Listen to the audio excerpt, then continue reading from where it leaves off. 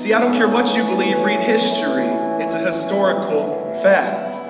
So the question we have to ask is, what will we do with this man of misery? 6 hours on a piece of wood? And somehow it changed history?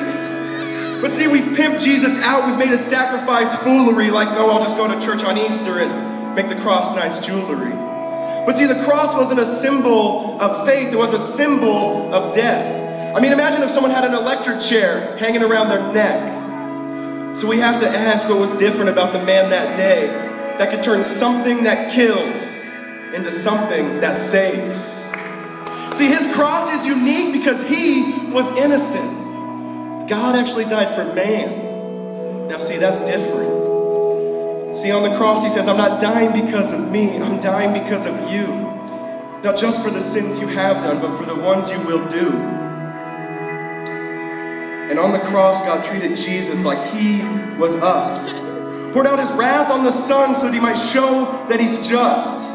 And he took your filth and he took your sin. The beauty is when you trust in Jesus, you're included in him.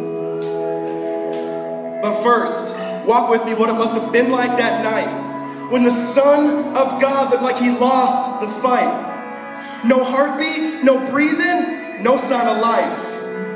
Jesus tasted death, and it didn't feel right. Did you hear that? That Jesus died? No, really, Jesus actually died. 3 days in the tomb, lifeless laid his remains, like the king had given up his crown, like he'd given up his reins.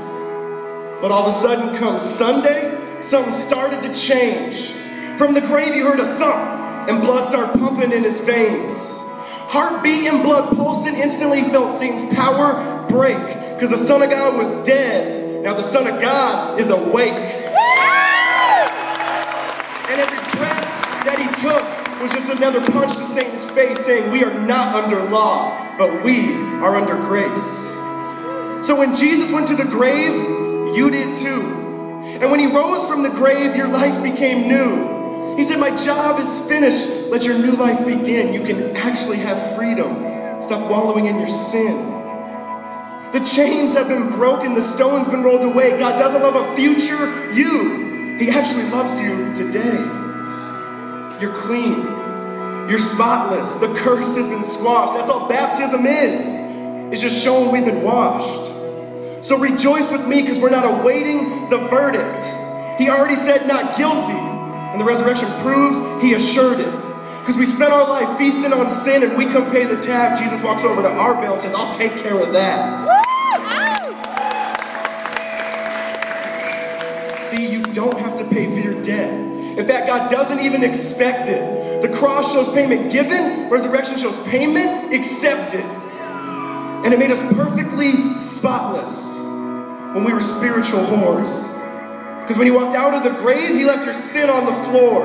He turned around and looked at where his body lay and said, sin, that's where you're going to stay. Woo! So live in freedom, church, because you are free. The resurrection is just a stamp saying it's a guarantee. A royal decree saying you're children of the King. So church, lift your voices. Together, let's sing. Woo!